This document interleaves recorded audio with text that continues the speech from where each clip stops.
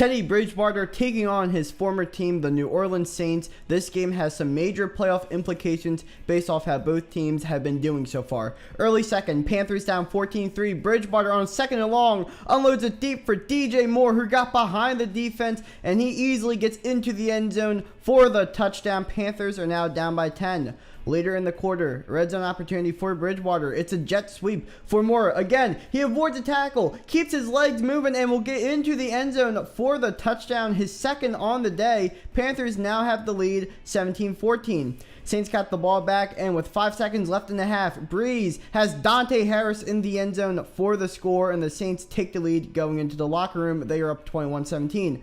End of the third quarter, Bridgewater gives it to Curtis Samuel, and he pushes his way into the end zone for the touchdown. Panthers retake the lead. Late in the fourth, Panthers down by 3. 3rd and 11, Bridgewater is going to go down for the sack. So, do they punt it, go for it, or try to tie it up? They are going to go for the tie by attempting a 65-yard field goal, which would be the longest in NFL history if it's good. It was perfectly down the middle, but it was just a yard short. The Saints hang on in this one. They win it 27-24. Bridgewater played very well against his former team, going 23 of 28 for 254 and 2 touchdowns. Saints defense was able to shut down the Panthers run game, holding Davis to just 12 yards on 7 attempts. Panthers, after winning 3 straight, get a loss, while the Saints are now 4-2. Buffalo heading to East Rutherford to take on the Jets. Early second, Jets up 3-0. Allen with a red zone opportunity for the Bills will get sacked, fumbles, and the Jets pounce on it, and it recovers. Jets drive the ball downfield, and on 2nd and goal, Darnold hands it off to Samaje Perine for the touchdown. Jets go up 10-0. Perine just able to knock down the pylon before stepping out of bounds on that play. Skipping to the fourth quarter, Bills have the lead 18-10. Darnold down, trying to put together a game-winning drive. He's going to have his pass batted and picked off at the line of scrimmage by the Bills. Jerry Hughes snags it out of the air, and the Bills win a dangerously close game, 18-10. Allen had 368 total yards but no touchdowns. Bills, a rookie kicker, Tyler Bass, went 6 of 7 today, including a career-long 53-yard field goal. Sam Darnold not playing one of his best games, going 12 for 23 for 120 and 2 interceptions. Bills go to 5-2, while the Jets remain the only winless team in the NFL. The battle of the undefeateds as the 5-0 Steelers take on the 5-0 Titans. Big Ben trying to go 6-0 for the first time in his career. End of the second, Steelers up 17-7 in the red zone, trying to extend their lead. Roethlisberger hits Deontay Johnson, who spins around and gets into the end zone for the touchdown. Steelers are up 24-7. Third quarter, Tannehill trying to shorten Pittsburgh lead. Play action. Tannehill hits A.J. Brown in stride, and Brown has some speed, and Brown is gone. 75 yards for the second-year receiver out of Ole Miss, and the Titans shorten their deficit. They are now down 27-14. In the fourth quarter, on the goal line, Tannehill hands it off to Derrick Henry, and he goes up and over into the end zone for the touchdown. The Titans, who were down 20 points at one point, are now crawling their way back, and they are now down by 3. 2:40 left in the game. Roethlisberger trying to put the game out of reach for the Titans. Throws it, but it's tipped up into the air and intercepted. Some life for the Titans as Tannehill will try to lead a game-winning drive downfield for the second week in a row. After an intentional grounding call, Gostkowski trying to hit a game-winning field goal. Snappers go to Hollywood's good, but the kick is end over end. It is not good. The kick just strafes off right before it could go through. Big Ben is in disbelief. Tannehill is disappointing to say the least, and the Steelers win this one 27-24. Tannehill finished 18 of 30 for 2 touchdowns and no pick. Steelers defense was able to hold Derrick Henry to under 100 yards. Both Smith, Schuster, and Johnson for the Steelers played great games. Steelers are now the only undefeated team in the AFC, while the Titans are 5-1. Battle of Ohio Part 2 as the Browns and the Bengals face off against each other. Their previous matchup created an entertaining Thursday night football game. 2nd and 4 for the Browns inside their own 10, trying to get some breathing room. Mayfield takes the snap, looks and fires, but it is picked off by Adrian Phillips, and Phillips will get pretty good return on this one, taking it all the way down to the 25. Not only was this bad because it was a turnover, but Odell Beckham Jr. gets hurt trying to make the tackle. It was later on revealed that it was a significant knee injury and he did not return. Skipping to the fourth quarter, Browns with a red zone opportunity, trying to take the lead down 3. Mayfield throws and it's caught by David Njoku. Happy National Tight Ends Day. He gets the touchdown. Browns now have the lead 24-20. Bengals would score a touchdown on their next drive, so the Browns are presented with another red zone opportunity. Mayfield checks it down to Kareem Hunt and he gets into the end zone for the touchdown. Browns retake the lead. Bengals trying to retake their lead on 4th and inches from the 2. Burrow play action, throws it, and it's caught by Giovanni Bernard for the touchdown. The Bengals now have the lead 34-31. Boy, this was a great back and forth game. Mayfield has 6 seconds to lead a drive downfield to either tie or win the game for the Browns. 2nd and 10 from the 25 with 16 seconds left. Mayfield throws deep and it's caught by the rookie Donovan Peoples-Jones for the touchdown. That is the dagger. The Cleveland Browns win it 37-34. Mayfield in the first quarter went 0 for 5 with an interception. After that, he went 22 of 23 for 297 and 5 touchdowns. Just an unbelievable day from the third-year quarterback. All of that on top of a fractured rib. 2 rookies, Harrison Bryant and Donovan Peoples-Jones, stepped up big in place of the injured Austin Hooper, who had an emergency appendicitis, which is why he missed the game, and Odell Beckham Jr. For the Bengals, Burrow throws for 406 and 3 touchdowns. The 406 is the most passing yards by a Bengals rookie quarterback. Browns are 5-2, while the Bengals fall to 1-5-1. Detroit taking on the Falcons. Lions attempting to stay in the playoff race while Raheem Morris is trying to win over the Falcons' head coaching job permanently. Fourth quarter, Lions up 16-14, attempting to run out the clock so they can kick the game-winning field goal, but Gurley accidentally goes into the end zone for the touchdown. So while yes, the Falcons do take the lead, Matthew Stafford, who has 29 career game-winning drives, gets the ball with 1 minute and 7 seconds left. 2nd and 10 with 19 seconds left. Stafford launches it downfield and is caught by Kenny Golladay. Anyone who is a fan of Mic'd Up knows that Stafford is currently hauling ass downfield, screeching, "Clock it!" They would end up reviewing the pass, and it was indeed a catch. So Stafford spikes the ball. Stafford now has 2 seconds left to get into the end zone. Stafford takes a snap, pump fakes, steps up, throws, and it is caught! TJ Hawkinson, touchdown! Happy National Tight End Day, everybody! A penalty will push the PAT back for Matt Prater, but it doesn't matter because he will nail it, and the Detroit Lions go into Atlanta and win it 23-22. Both Stafford and Matt Ryan had pretty similar games, throwing for near 340 yards and 1 touchdown each. DeAndre Swift, in his return to Georgia, where he played college football, gets 27 yards and a rushing touchdown. Lions improved to 3-3, while the Falcons are 1-6. Rodgers and the Packers travel to Houston to take on the Texans. First drive for the Packers inside the 5, 3rd and goal. Rodgers tosses it and it's caught by Davante Adams for the touchdown. Packers take an early lead 7-0. Beginning of the second quarter, Rodgers fakes the handoff and then fakes the reverse, hits Adams again, who is wide open, and he will go out of bounds inside the 5-yard line. Couple of plays later, Rodgers to Jay Sternberger. Happy National Tight Ends Day, and he gets into the end zone for the touchdown. The Packers are up 14-0. Late in the second quarter, Rodgers play fakes it, looks to throw, and it's Malik Taylor who catches it for the touchdown. Packers just piling it on top of the Texans. They are up 21-0. Late third, Rodgers throws and has Davante Adams open, and he will catch it and streak into the end zone for the touchdown. Green Bay is now up 28-7.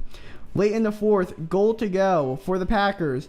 Jamal Williams will get the handoff and go into the end zone for the touchdown. Williams got the start in place of the injured Aaron Jones today. Packers win it 35-20. Rodgers continues to play out of his mind, throwing for 283 yards and 4 touchdowns with no interceptions. Deshaun Watson played very well for the Texans, completing 29-39 for 309 and 2 touchdowns. Packers get a nice bounce back victory, improving to 5-1, while the Texans are 1-6. Cowboys and football team squaring off in an NFC least matchup. If the Cowboys win, they will be in first of the division. Middle of the first, 38 for the Cowboys. Dalton's going to get sacked. He fumbles the football. It's picked up by the Cowboys in the end zone. Washington tackles him, and it is a safety. Washington takes the lead 2-0. Early second, Kyle Allen on the play fake throws, and it's Terry McLaurin wide open, making Trayvon Diggs look like burnt toast, and McLaurin speeds into the end zone for the touchdown. Football team extends their lead 15-3. Later in the quarter, another play action for Washington has Logan Thomas. Happy National Tight Ends Day, and he will get into the end zone for the touchdown. Washington is now up 22-3. Next Cowboys drive, Dalton trying to get on the board before halftime. Throws, is tipped and then intercepted by Luke Holcomb of Washington. Dallas tries to get some points on the board before the half, but ends up blowing up in their face.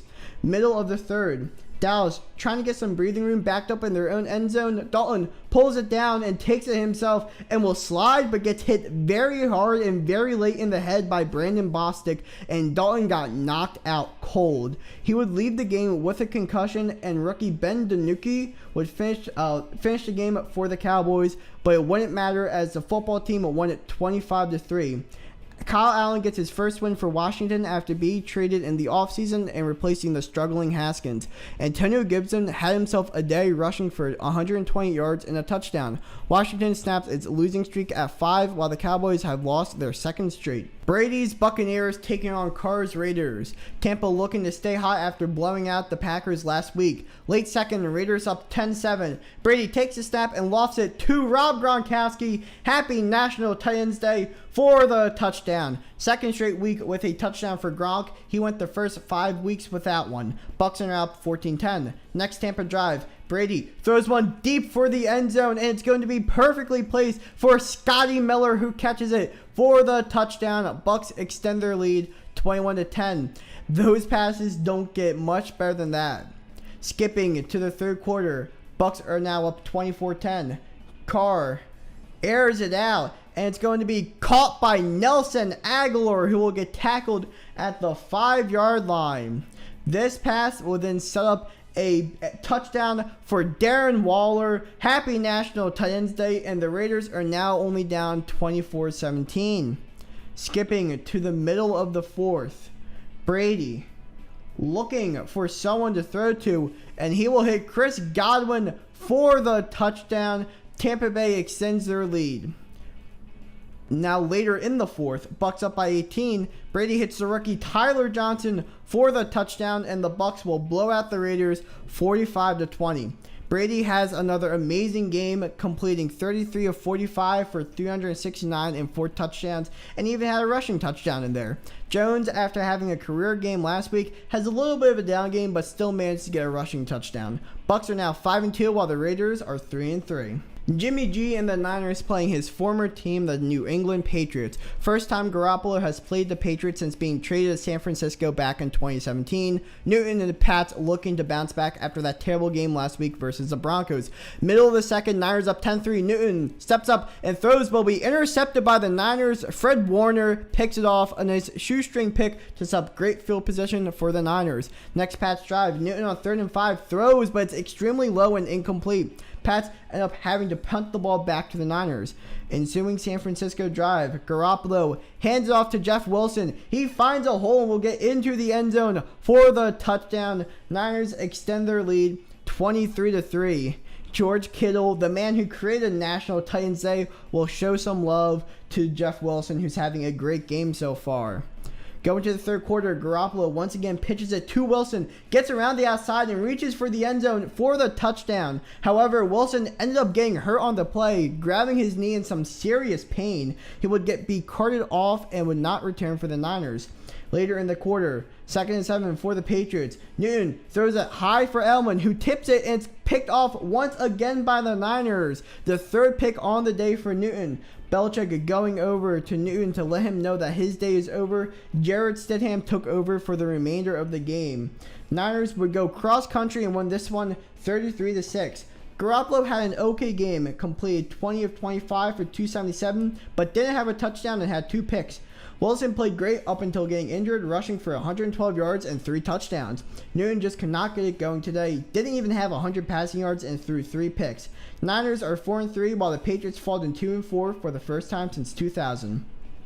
A snowy game here in Denver as they are hosting Kansas City. Bell playing his first game for the defending Super Bowl champs. Early first, it's actually Clyde Edwards-Helaire taking the handoff and going into the end zone for the touchdown. Chiefs go up 7-0.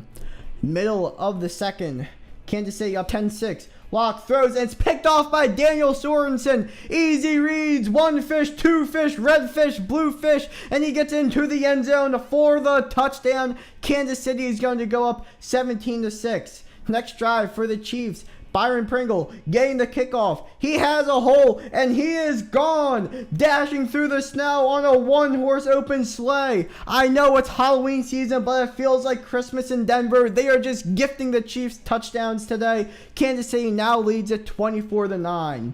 Late in the fourth, Chiefs have the ball. It's 2nd and goal. Mahomes slings it for Tyreek Hill. He jukes a man out and gets into the end zone for the touchdown. That was actually the first passing touchdown on the day for Mahomes. He didn't have to do much work today. It doesn't matter. Chiefs win it 43-16.